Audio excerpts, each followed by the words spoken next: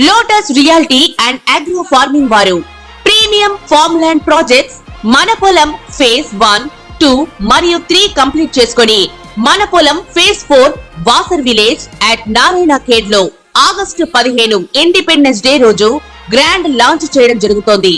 Launching మరియు independence day సందర్భంగా 5 guntas land out rate లో బుక్ చేసుకున్న వారికి ₹1,50,000 డిస్కౌంట్ తో పాటు 2 గ్రాముల గోల్డ్ ఫ్రీగా ఇస్తున్నారు. పూర్తి వివరాలకు సంప్రదించండి. శ్రావణ మాసంలో ఈ యొక్క పోలాల అమావాస్య మనకు వస్తుంది. శ్రావణ అమావాస్యని పోలాల అమావాస్య అంటాం. మరి ఈ అమావాస్య రోజున మామూలుగా అమావాస్య అంటేనే చాలా భయపడతాం. ఇది దక్షిణాయనంలో వచ్చేటటువంటి అమావాస్య కాబట్టి చేతబళ్ళు, చిల్లంగులు ఇవన్నీ కూడా చేయడానికి మంత్రగాళ్ళకి ఎక్కువగా దొరికేటటువంటి అవకాశం.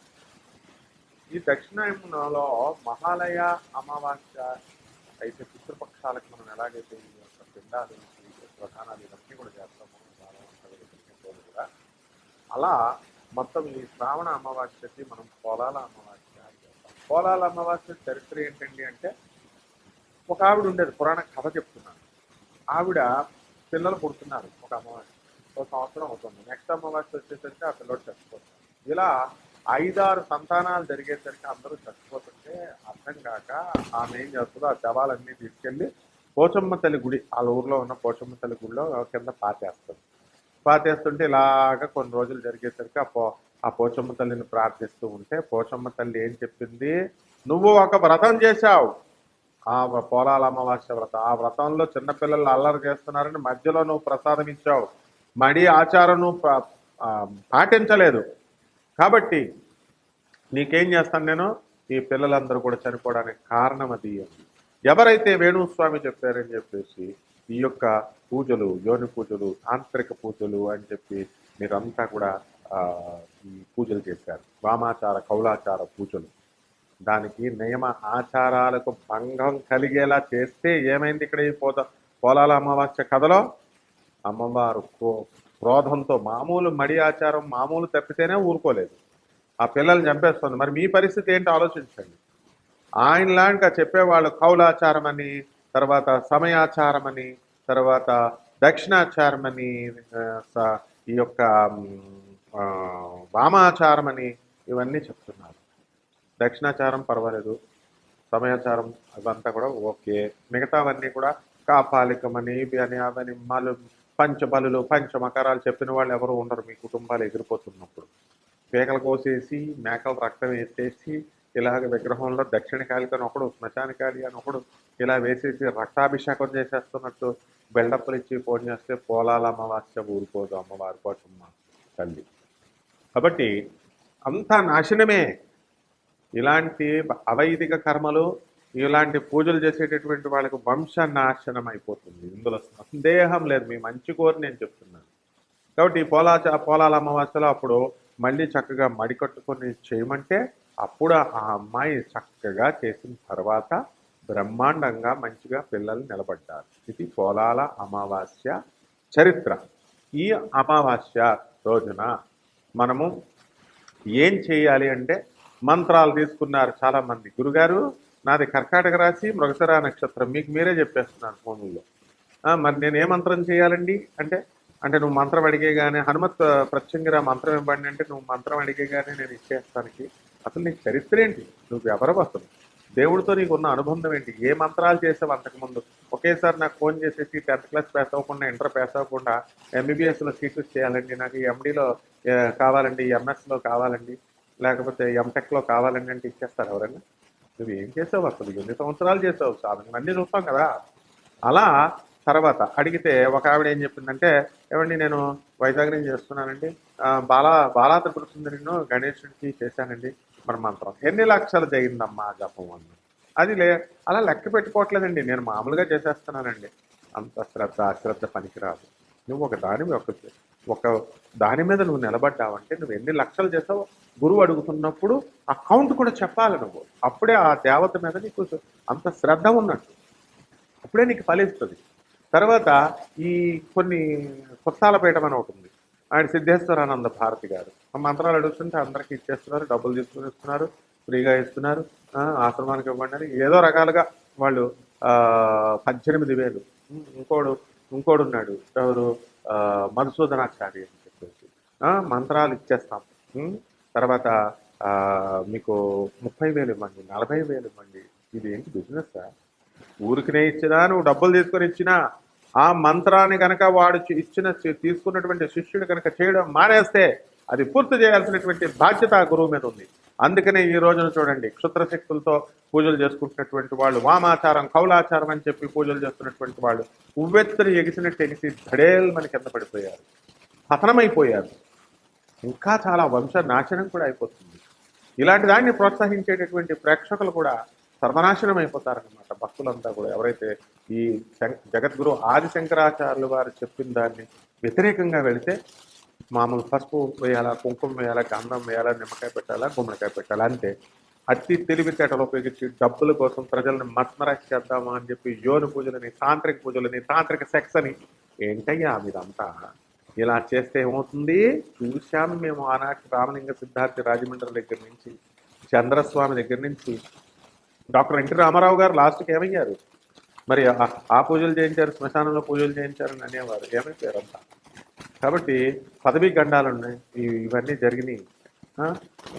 ఈ రకంగా మనకి ఇటువంటి అవైదిక పద్ధతుల్లో పూజలు చేసుకోకూడదు. కానీ మీకు ఈ అమావాస్యకి, ఈ పోలాల అమావాస్యకి అందరికీ కూడా మంత్రగాళ్ళకు అద్భుతమైనటువంటి సమయం. కాబట్టి మీ జుట్టు ఎక్కడ ఇసరకండి, మీ పాత బట్టలు ఎక్కడ వదిలేయకండి, మీ కాలి గోళ్ళు ఎక్కడ వదలకండి. తర్వాత మట్టి, మీరు నడిచేటటువంటి మట్టి, 4 వీధుల మట్టి, ఇవి దొరికితే చాలు. మయాంగన కూరుంది అస్సాంలో. ప్రతి ఇంటికి ఒక మంత్రగాడు, ప్రతి ఇంటికి ఒక చేతబడి చేస్తాడు, ఒక చేతబడి తీసేస్తాడు. చేతబడులు ఉన్నాయా లేవా అనేది తర్వాత సంగతి. అదంతా సైన్స్ ప్రకారం మాకు తెలుసువన్నీ, ఒకళ్ళు చెప్పాల్సినటువంటి పని లేదు. ఒక అధర్వణ వేద పండితుడిగా, ఒక ప్రొఫెసర్గా, సైన్స్లో ప్రొఫెసర్గా నాకు తెలుసవన్నీ. కాబట్టి ఈ మంత్రాలకి, తంత్రాలకి ఇవన్నీ కూడా ఈ పోలాల అమావాస్య రోజున, ప్రతి అమావాస్యకి కూడా చేస్తారు. దుష్టశక్తులు, ప్రేతశక్తులు, ఇవన్నీ కూడా నీచ శక్తులు, ఇవన్నీ కూడా పెట్టరేగిపోతాయి అన్నమాట. ఎవరైతే మరి పూజలు చేస్తున్నారో వీళ్ళంతా కూడా చేతబళ్ళు చేసేటటువంటి వాళ్ళంతా కూడా మరి ఉన్నారు. మేము చేతబళ్ళు చేస్తాం, ఇవి చేస్తాము, అవి చేస్తామని. అసలు ఈ డాంబికంగా చెప్పుకునే వాడికి ఒక్కడికి కూడా చేతబడి చేయడం రాదు. సీక్రెట్గా ఉంటారు అటువంటి సాధనలు చేసేటటువంటి వాళ్ళు. కాబట్టి ఈ అమావాస్యలో ముఖ్యంగా మేషరాశి వారికి, మిథున రాశి వారికి ప్రమాదం, తర్వాత ఈ యొక్క కన్యారాశి వారికి ప్రమాదం, మకర రాశి వారికి ప్రమాదం. ఈ రాశుల వాళ్ళు చాలా జాగ్రత్తగా ఉండాలి ఈ అమావాస్య తర్వాత. అమావాస్య రోజున నరదృష్టి ఎందుకు పడుతున్నాయా?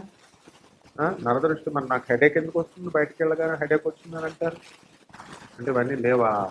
చెప్పేటటువంటి వాళ్ళు లెక్చర్లు చేస్తారు, వెళ్ళి ముగ్గేస్తారు, కూర్చో మరి వెళ్ళి సరైన మంత్రగాడేసే చోట కూర్చోమది. మయాంగెళ్ళు, మేము చేతబడినామండి, రక్తవర్ణం తినేసామండి, మేము మట్టిలో కూర్చున్నామండి, ఇట్లు ఏం కుదరావు, వెళ్ళవు మయాంగెళ్ళవు, మయాంగ్లో చూపిస్తారు వాళ్ళ తడాక. ఇప్పటికీ కూడా ఒరిస్సాలో, కేరళలో కొన్ని ఏరియాల్లో మరి భయంకరమైనటువంటి మంత్రగాళ్ళు ఉన్నారు. హిమాలయాల్లో ఋషులు వచ్చేసి మీతో మాట్లాడుతున్నప్పుడు మంత్రగాళ్ళు ఉండరా? మంత్రగాడు అంటే ఏంటో కాదు, కరెక్ట్గా ఒక వ్యక్తి కూర్చున్నాడు అనుకో, షాక్ ఇలా ఇసిరాడు అనుకో, షార్ప్ షూటర్ అయితే కరెక్ట్గా ఇలా లివర్లో దిగిపోద్ది ఆ కత్తి. రానివాడు ఏం చేస్తాడు, కత్తి ఇసిరితే ఎక్కడో చోట చేయి దగ్గర పక్కన ఎక్కడో చోట మొత్తం మీద గాయం అవుతా అవదా? చేతబడి వచ్చినోడైనా రానుడైనా ఆడి ప్రయత్నాలు ఆడి చేస్తే ఖచ్చితంగా ఎక్కడో చోట దెబ్బ తినడం ఖాయం. కాబట్టి ఈ రాశి వారు చాలా జాగ్రత్తగా ఉండండి. మరి ఈ రాశి వారికి జరిగేటటువంటి ఈ ఫలితాలు, ఈ గ్రహాల గోచారం ప్రకారం మనకి మీనరాశిలో రాహు ఉన్నాడు, వృషభ రాశిలో గురుడు ఉన్నాడు, కుంభరాశిలో శని వక్రించున్నాడు, రవి బుధులిద్దరూ కలిసి సింహరాశిలో ఉన్నారు, శని శుక్రకేతువులిద్దరూ కూడా కన్యారాశిలో ఉన్నారు, బుధుడు మిథున రాశిలో. మరి ఆ రాశి ఫలితాలు ఒక్కొక్క రాశిని మనం చెప్పుకుందాం. ధనుస్సు రాశి వారు, ఈ ధనుస్సు రాశి వారికి వృత్తి వ్యాపార ఉద్యోగ విషయాల్లో బ్రహ్మాండంగా ఉంటుంది. మరి షష్ఠ స్థితిగతులైనటువంటి గురు ప్రభావం వలన శత్రువులు మిత్రులుగా మీకు మారడం అనేటటువంటివి జరుగుతాయి. రోగాలు కూడా మరి ఎంత దీర్ఘకాలిక రోగాలైనా సరే ఔషధ సేవ వలన తగ్గడం అనేటటువంటిది జరుగుతుంది. అలాగే మీకు వృత్తి వ్యాపార ఉద్యోగ విషయాల్లో మీకు ప్రోత్సాహం లభిస్తుంది, ట్రాన్స్ఫర్లు ఉంటాయి. మరి ఈ మీడియా రంగంలో ఉన్న వాళ్ళ పరిస్థితులు బాగుంటాయి, జర్నలిస్టులు అందరూ కూడా. అలాగే అర్ధాష్టమ రాహుగ్రహ ప్రభావం వలన మరి ఈ పిల్లల గురించి ఎక్కువగా ఆలోచించడం, తల్లి ఆరోగ్యం కొంచెం ఆందోళనకరంగా ఉండడము, ఇవన్నీ కూడా జరుగుతాయి. అయినప్పటికీ కూడా మీరు ఇళ్ళ స్థలాలు ఇవన్నీ కూడా మీరు కొనగలుగుతారు. మరి ఇల్లు లేనటువంటి వాళ్ళు ఇల్లు, స్థలాలు లేనటువంటి వాళ్ళు స్థలాలు కొంటారు. ఇక సినిమా షూటింగుల్లో పాల్గొనేటటువంటి వాళ్ళు ఎంతో ఉత్సాహంగా మరి పాల్గొనడం అనేటటువంటిది జరుగుతాయి. సినీ రంగంలో ఉన్నటువంటి ఆల్ టెక్నీషియన్స్ వీళ్ళందరికీ కూడా పరిస్థితులు మెరుగుదల అనేటటువంటిది కనబడుతూ ఉంటుంది.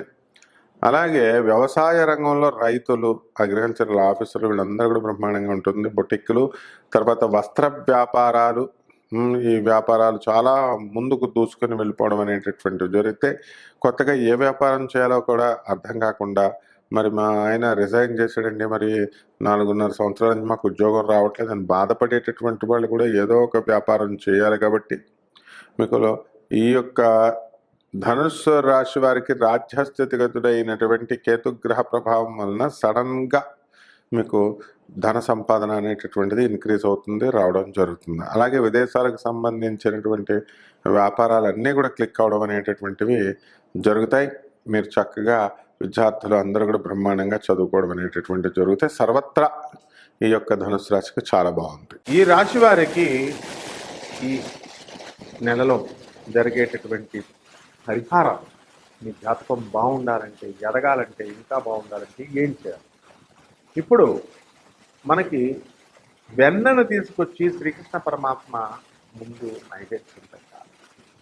ప్రతి గురువారం కూడా అటుకులు తీసుకొచ్చి శ్రీకృష్ణ పరమాత్మకి మీరు నైవేద్యం పెట్టాలి.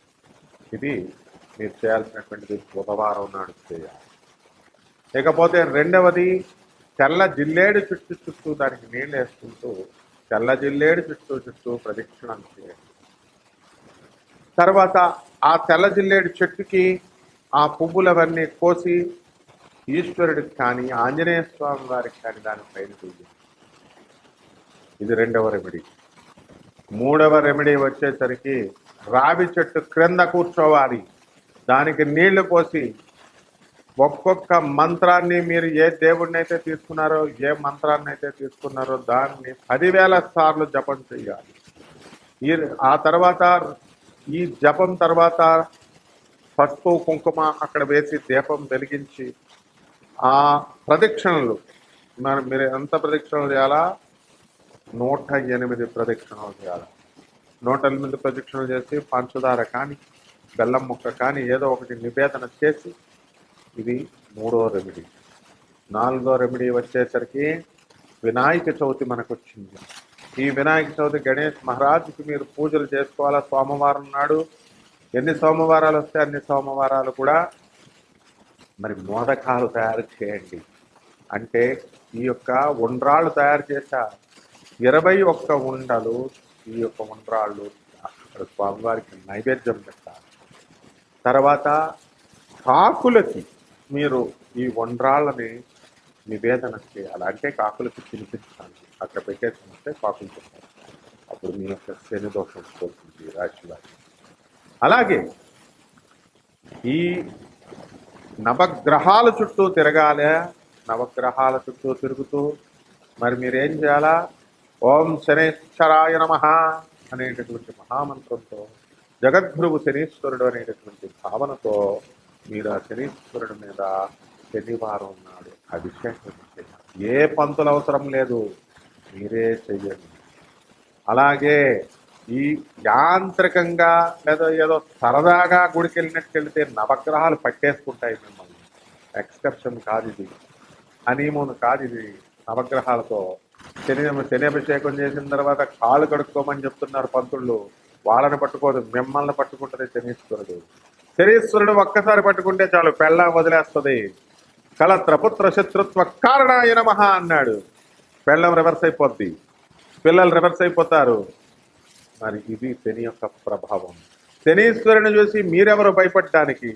సకల దేవతలు పారిపోతారు భయపడి శనీశ్వరుడు వస్తుంటే.